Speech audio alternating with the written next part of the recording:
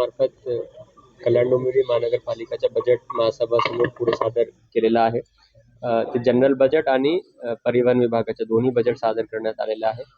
General budget आपण जवळजवळ 3186 कोटीचा बजेट यावर्षी सादर केलेला आहे.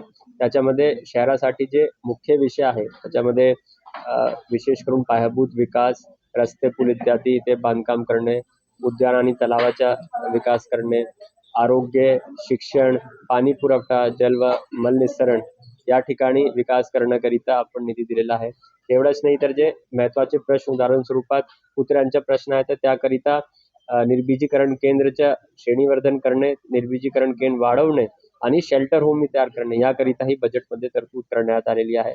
विशेष म्हणजे वैकल्पिक स्रोत म्हणून आपण यावर्षी 200 कोटीच्या म्युनिसिपल बॉन्ड एडीएमसी करिता एक म्हणजे मार्केटमधून पैसे घेण्याचा आपण प्रयत्न करतोय.